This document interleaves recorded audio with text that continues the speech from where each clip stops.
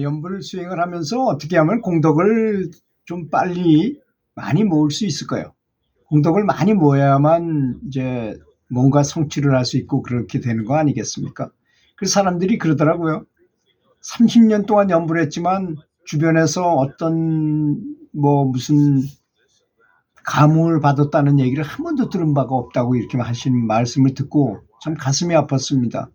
그래서 제가 유튜브를 운영하게 된 동기도 바로 그런 거예요. 뭔가가 잘못돼서 그런 것이지, 열심히 했는데도 불구하고 이제 항아리에다 물을 붓는데 항아리가 새고 있어요. 근데 물을 아무리 받아도 새는 게 더 많아. 그러면 공덕이 남아있을 게 없잖아요. 그런 의미가 굉장히 많습니다.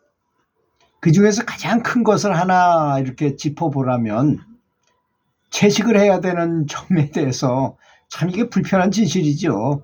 저도 평생 살아오면서 채식을 해야만 된다는 말에 대해서 한 번도 교육받아 본 적이 없습니다.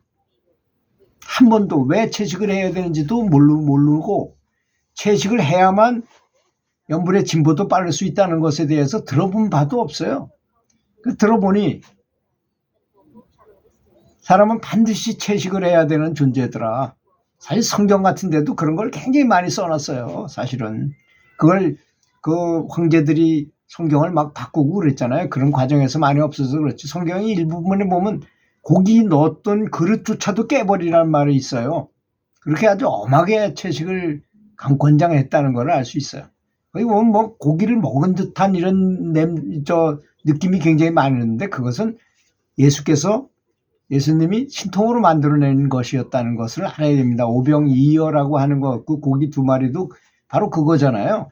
신통으로 만들어내신 그런 물질 창조물이었다는 것입니다. 부처님도 마찬가지로 처음에는 워낙 고기만 먹고 사는 버릇을 들인 사람이라서 이런 고기는 먹고 이런 고기 먹지 말고 이런 말씀을 하셨지만, 나중에 가서 정말 수행자들이 있을 때는 완전 채식하라고 그러셨습니다. 이 점을 알아야 됩니다. 그것은 부처님이거나 아니거나를 떠나서 수행자로서는 반드시 그렇게 해야만 되게 그 우주의 법칙인 것입니다. 그것은. 왜냐?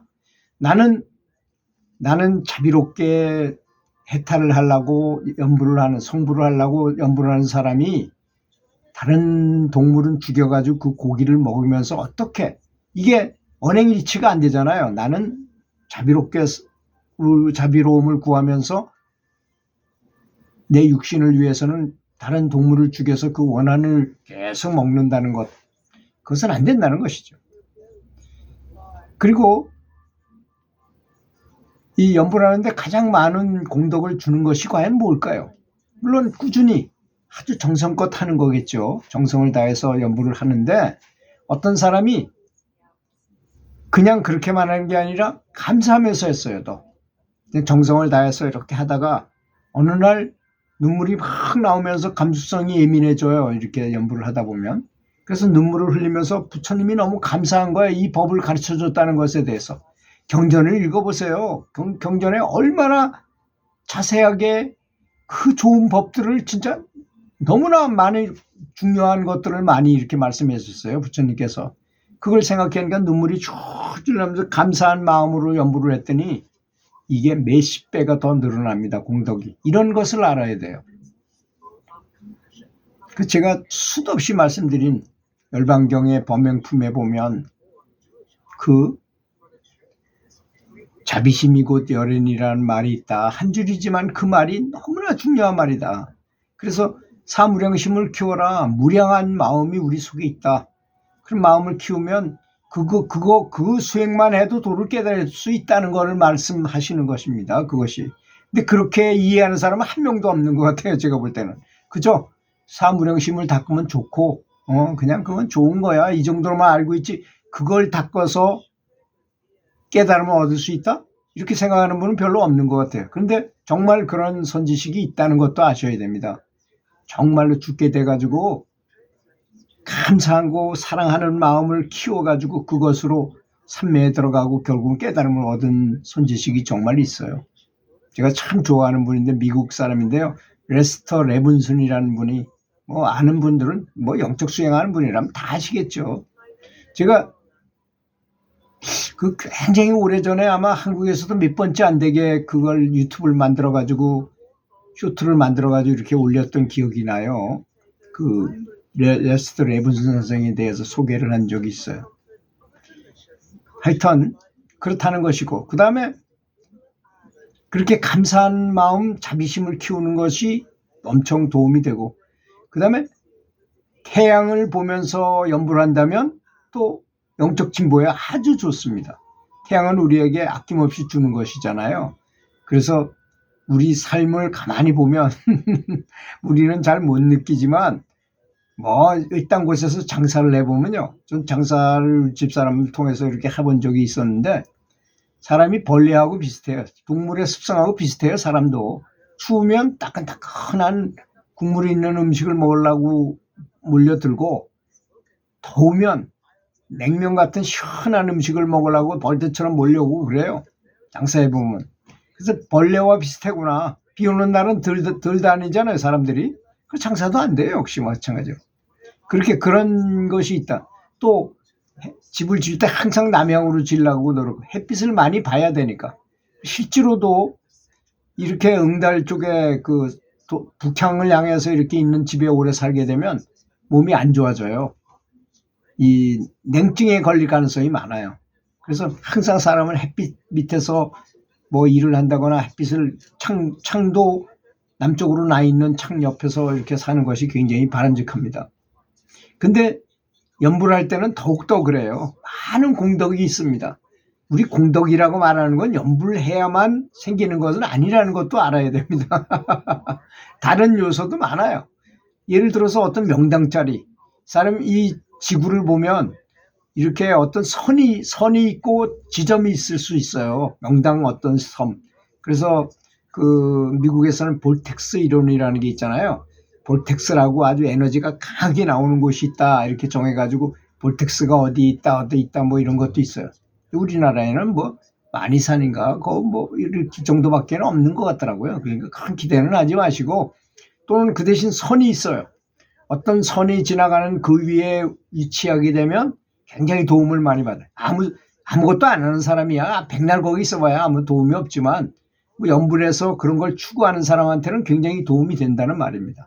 또 솔밭 속에 있으면 기가 강해요. 그런 데 있으면 굉장히 도움을 많이 받습니다. 뭐 이런 점을 알아야 되는데 그런 여러 가지 사안을 잘 모르는 경우가 있어요.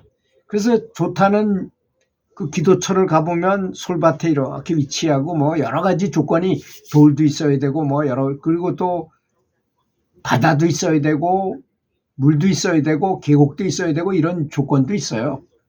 근데 뭐 굳이 그런 걸 다 일일이 다 따질 필요는 없지만, 태양에 대한 것, 태양에 대해서 부처님도 말씀하셨어요. 일성관.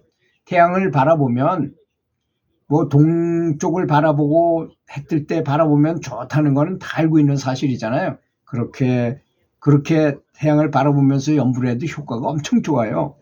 또 부처님 말씀대로 일상관, 서쪽에 태양을 하늘에 걸린 북이 이렇게 걸려 있다고 생각하고 그걸 상상하고, 그럼 해가 없을 때는 어떻게 하느냐?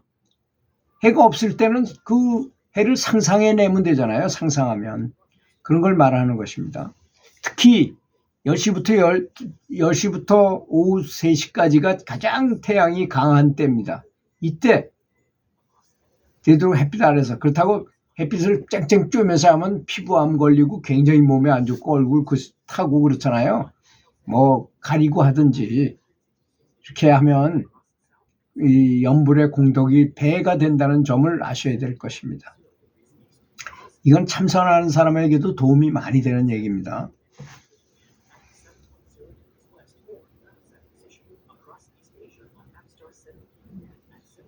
그리고 제가 또 강조한 거는 또 뭐냐, 이 영적인 에너지는 물리적인 요소에도 굉장히 많이 반응을 한다는 점.